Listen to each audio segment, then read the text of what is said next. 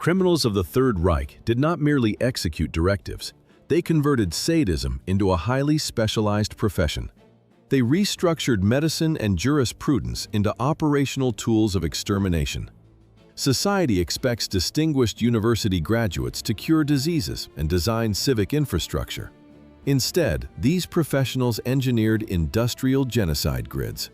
How did certified doctors and legal scholars transform into systemic operators of mass death? Through the academic bureaucratization of violence. The machinery operated with clinical precision. A certified medical scientist stands in a sterile laboratory. He sorts extracted human skin. He measures the tissue specimens. He logs the morphological data into a standardized ledger. The room is quiet. Then comes the sound. A heavy, dull thud of an official ink stamp hitting paper. The document legally certifies a successful medical experiment on living children. Everything is categorized. Everything requires a signature. This was not a social anomaly driven by uneducated outcasts. Over 45% of the senior SS leadership held doctoral or advanced university degrees. They graduated from the most prestigious academic institutions in Europe. Universities trained them to observe, analyze, and optimize. They applied this scientific method directly to human destruction. The Third Reich officially codified this physical violence into structural state policy, transferring the daily logistics of extermination into the standard administrative paperwork of government ministries. This systematized extermination demanded perfect administrators. The apparatus found its optimal operator in a legally trained bureaucrat named Ernst Kaltenbrunner. He assumed command of the state security apparatus in January 1943. The primary control panel for continental genocide was a standard office desk. A fountain pen moved steadily across the ledger. Heavy paper rustled under a top-secret classification stamp. Columns of numbers quantified the daily expenditure of poison gas and rifle ammunition. A neat signature validated the math. Supplying a single extermination facility like Auschwitz required daily logistical coordination with over 30 distinct railway and administrative departments. Kaltenbrunner managed this data stream. He reviewed field reports every morning. The documents detailed precise mortality rates across all active camps. State clerks meticulously cataloged hundreds of thousands of extracted gold teeth and thousands of depleted gas cylinders. Human lives became optimization metrics. At his post-war trial, Kaltenbrunner claimed administrative ignorance. The archives proved otherwise. He had personally inspected the Mauthausen facility. He stood inside the camp and observed the gas chambers in active operation. The physical reality directly correlated with his statistical reports. The paperwork secured his conviction for crimes against humanity. Allied executioners hanged him at Nuremberg in October 1946. The data streams reaching that specific desk originated from a centralized megastructure. Heinrich Himmler established this apparatus in 1939. Who ensured the uninterrupted operation of this death supply chain? 7 analytical departments of the Reichssicherheitshauptamt, the RSHA. While field units executed the physical orders, this central office designed the overarching architecture of the extermination process. The structure functioned on strict corporate principles. Divisions, clear reporting lines. Each operational sector fell under the jurisdiction of a specific Amt, or department. By 1944, the bureaucratic apparatus had expanded to 50,000 full-time employees. Most of these specialists had never seen a concentration camp. They calculated transit capacity. They optimized chemical procurement. They managed genocide through standardized daily memoranda. The desk replaced the trench. Administrators processed millions of human lives through routine paperwork routing. They transformed mass murder into a matter of resource allocation and personnel efficiency. 7 autonomous departments controlled the continent. The central apparatus issued the directives, but paper required physical execution. The bureaucratic machine depended entirely on SS officers on the ground. Instructors built the executioner from the ground up. Training programs dismantled moral constraints. Commanders redefined mass execution as a standard sanitary procedure. The academy taught recruits to view prisoners strictly as biological material. Instructors categorized empathy as a critical operational failure. The RSHA turned cruelty into a quantifiable metric. The administration measured sadism through rigid performance indicators. A camp commandant who optimized execution rates and exceeded elimination quotas received immediate commendations and expanded administrative privileges. Promotions followed efficiency. The state rewarded systemic innovation in mass murder. Civilian professionals applied their academic expertise to this infrastructure of extermination. An architect stood over a wooden drafting table. The paper displayed a cold geometric order of blueprints. He used a ruler and a compass to draft the precise dimensions of a camp block. These engineering blueprints of the barracks contained exact calculations of human freezing time. The design intentionally omitted structural insulation.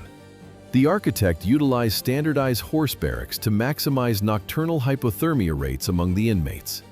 Medical experts operated with the same sterile precision. State dietitians engineered a daily intake of exactly 800 calories. The mathematical model left no margin for error.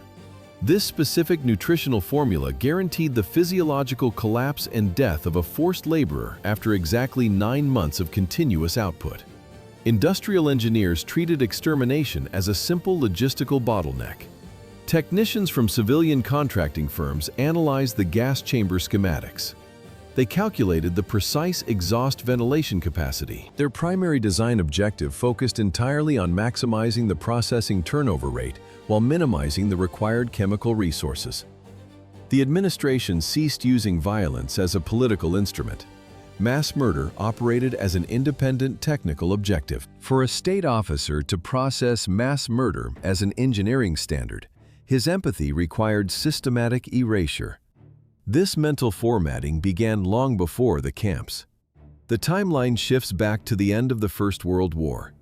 National defeat generated an absolute demand for scapegoats. Where did the state lay the foundation of this systemic dehumanization? The answer exists outside military academies. It started within the rigid standards of primary education. Joseph Goebbels weaponized state propaganda to redefine the enemy. The administration shifted from political rivalry to strict biological classification. They engineered the concept of the Untermensch, the subhuman. This specific term became the operational baseline for the entire state apparatus. The educational framework standardized this hatred. By 1938, the circulation of racial school textbooks in Germany exceeded several million copies. The government made them mandatory for every single child. Classrooms transformed into diagnostic centers. Teachers instructed students to measure Aryan skulls using precise metallic calipers, recording the biometric data to establish absolute human value. Cranial geometry determined the right to exist. The curriculum explicitly classified compassion as a genetic weakness. Empathy meant racial treason. The textbooks categorized the specific biological targets: Jews, communists, homosexuals, Roma, and Slavs. The primary education system programmed an entire generation to eradicate exactly 5. From classrooms measuring skulls to Gestapo interrogation rooms, sadism ceased to be a psychological deviation. It became the structural foundation of the 20th century state. The government apparatus functioned as an industrial factory of pain. It processed ordinary citizens. It manufactured compliant executioners. Systemic sadism required no passion. It demanded strict administrative efficiency. Cruelty required standardization. Officials formalized terror in print. The state registry published over 400 discriminatory decrees. Strict, dry paragraphs in these government gazettes legalized absolute violence. Black ink on crisp official paper mandated torture. The administrative machine converted moral corruption into standard operating procedure. An individual maniac breaks the law, but the 20th century state rewrote jurisprudence to make the murderer a systemic component. This operational pipeline required specialized personnel. Official documentation classified them with absolute academic detachment. State records introduced the term surgeons of pain. Scientific nomenclature also labeled them as surgeons of science. This precise vocabulary normalized severe physiological abuse. Bureaucrats integrated this systemic cruelty directly into the medical laboratories of the Reich. Bureaucratic cabinet decisions granted surgeons absolute jurisdiction over human biology. At the Ravensbrück concentration camp, Dr. Herta Oberhäuser initiated a strict protocol of clinical vivisections. Why extract muscle tissue without pain relief? To record pure physiological responses to pain shock. The mechanics required absolute control. Orderlies strapped the fully conscious patient to the operating table. The scalpel sliced skin. Surgical steel clattered loudly against exposed bone in the unsterilized block. Oberhäuser extracted raw muscle fragments. She then turned to her journal. She documented the extraction of live nerve pathways with dry, academic detachment. Columns of sterile data filled the pages. She noted no deviations. But the underlying methodology carried a fundamental flaw. The total absence of anesthesia triggered massive neurogenic shock. The victim's biological metrics spiked wildly. This profound systemic collapse heavily distorted the physiological readings. It rendered the collected surgical data absolutely useless for actual medical science. The forensic evidence of these extractions reached the 1946 Nuremberg medical trial. Oberhäuser stood as the sole female defendant. Polish survivor Jadwiga Zito approached the stand. She exposed her deliberately infected and mutilated legs to the judges. The tribunal issued a 20-year prison sentence. The penal system quickly compromised.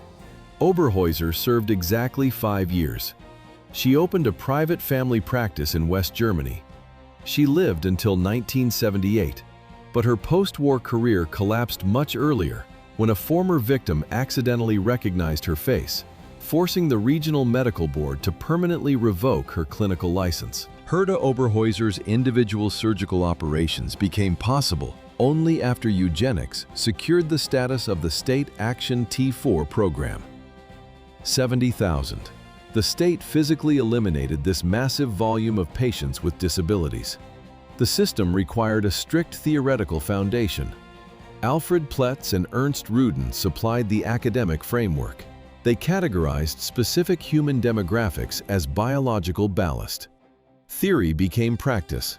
The government adopted this pseudo-scientific thesis as official state policy. Karl Brandt directed the new bureaucratic apparatus. Euthanasia served as the administrative euphemism for systematic murder. The infrastructure expanded rapidly.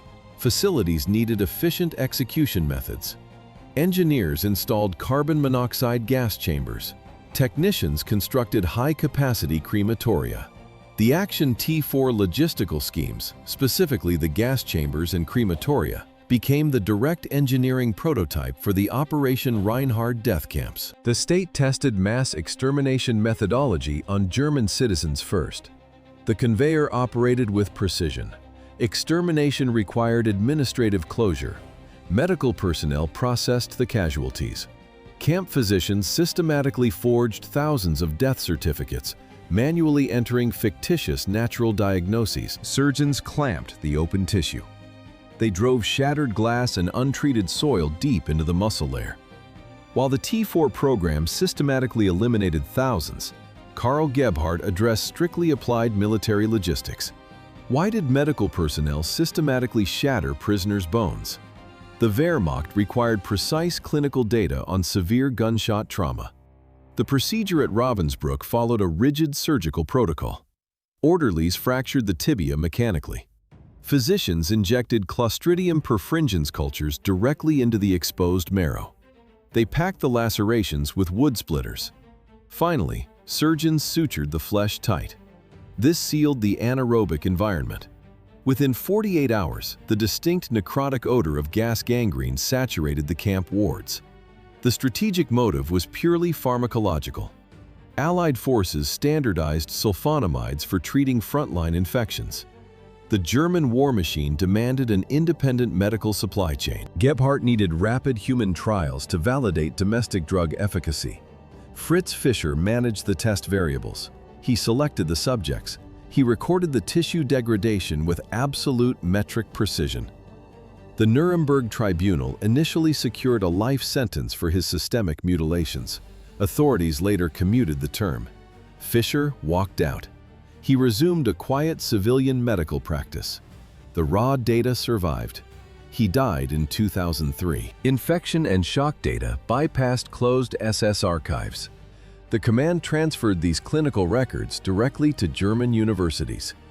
Society viewed these institutions as centers of scientific enlightenment. In reality, the academic faculties operated as direct procurement clients for human brains and skeletal preparations. The system demanded raw data. Sigmund Roscher supplied the initial physiological metrics. He directed the testing protocols in Dachau. Roscher locked subjects inside low-pressure chambers. He monitored the physiological collapse. He documented cerebral embolisms at simulated high altitudes. Then came the cryogenic tests. Roscher submerged prisoners in ice water tanks to map the exact progression of clinical hypothermia. The global scientific community possessed no alternative analog for this specific cryogenic data. Consequently, post-war maritime survival manuals cited his findings for decades. The academic network required physical specimens alongside the data. University hospitals systematically received biological materials directly from the camps. They requested organs. They cataloged tissues. They processed intact skeletons. The supply infrastructure integrated the concentration camps into state science. This institutional complicity stayed classified until the Nuremberg trials. Prosecutors analyzed the logistical records between 1946 and 1947.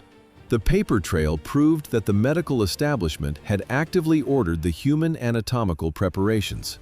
Laboratories used them for decades. The anatomical supply chains from Dachau and Ravensbrück faced legal scrutiny only at the 1946 tribunal. Inside the Palace of Justice, thousands of pages of medical reports rustled. The Nuremberg doctors' trial lasted from 1946 to 1947. How to prevent the repetition of medical terror? The tribunal answered by creating the concept of informed consent. Modern bioethics did not emerge from peaceful academic debate. It operated as a strict regulatory response to the total collapse of clinical integrity. The Nuremberg Code formalized the baseline. Subjects required full disclosure. The archives revealed a mechanical reality. Look at the documents. Certified physicians had systematically signed the experiment authorizations. Their ink validated the protocols. Yet, these institutionalized procedures possessed zero real scientific value. Despite the documented evidence, the judges handed down lenient sentences to the majority of the convicted researchers. The medical atrocities of the research blocks operated alongside a broader system of mechanized extermination. At Auschwitz-Birkenau, this daily sadism reached an industrial scale under the administration of one woman. 500,000 lives. This mortality rate matched the entire pre-war population of a major European city like Nuremberg. One functionary erased a metropolis.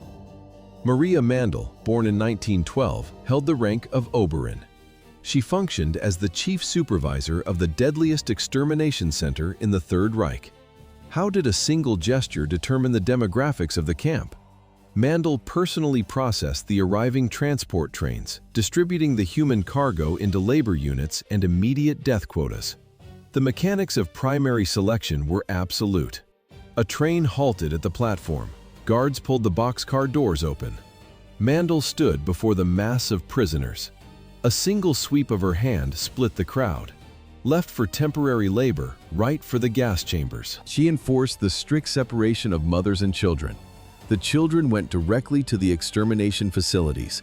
The mothers entered the forced labor grid. Mandl monitored these processing quotas with total bureaucratic precision. To manage the psychological friction of this industrial slaughter, Mandl engineered the sensory environment.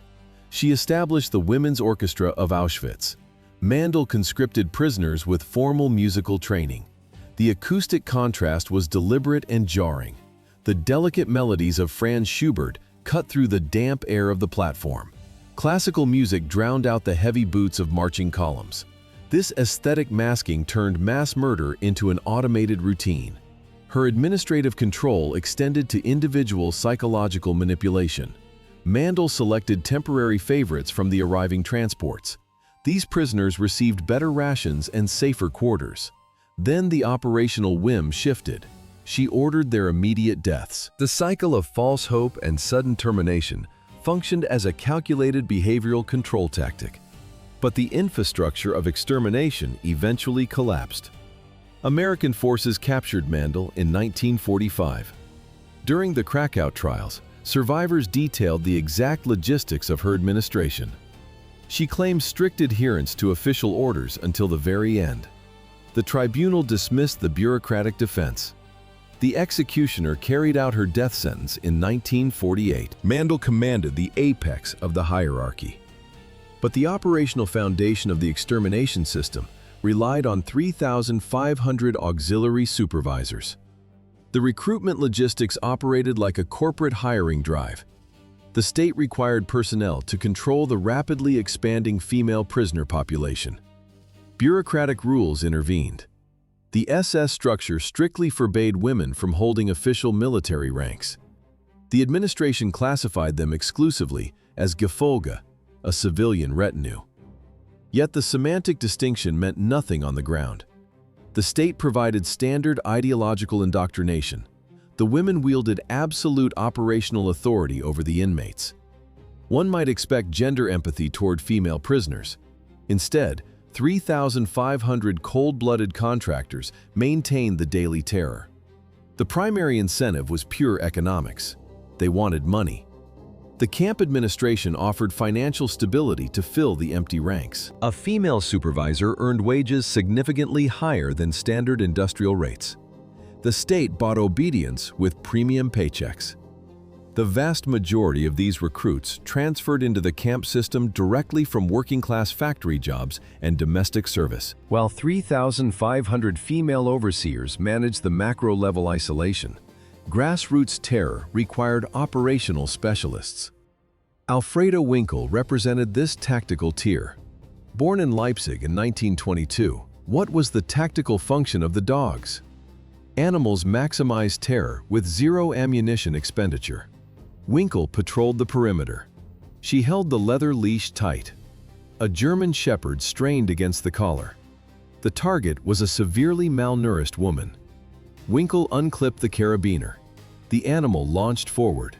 Teeth tore through thin fabric and flesh. Winkel did not intervene. She simply monitored the psychological impact on the surrounding crowd. She operated inside Ravensbrück. The SS built this facility 90 kilometers north of Berlin exclusively for women. Guards processed 130,000 female prisoners through these gates. Over 50,000 died. This mortality rate meant the systematic elimination of nearly 40% of the camp's entire female contingent. Justice failed to track her. In 1959, a customs officer struck a document with heavy ink. The mechanical thud of the American immigration stamp erased her past. She crossed the Atlantic. Winkel married a German Jewish refugee. She spent half a century living a quiet life in San Francisco. United States authorities uncovered her true identity only in 2004. The government deported her to Germany in 2006. Prosecutors never brought her to trial. She died in 2018. She was 96. That 2018 impunity stemmed directly from a structural anomaly in 1945. The Nuremberg Tribunal confronted a completely new psychological paradigm. Prosecutors analyzed the camp hierarchies. They found no isolated psychopathy. The Nuremberg Protocols classified this systemic dehumanization as a legally justified mechanism of genocide. Violence functioned as an operational standard. Planners embedded it into daily job descriptions. The conversion of extermination into routine required precise psychological engineering. Franz Stangl commanded the Sobibor and Treblinka death facilities. His tribunal testimonies documented the exact administrative mindset. He reported feeling zero emotion. The administration treated mass extermination as a pure technical matter. Murder became procedure. The state engineered this apathy through sequential stages.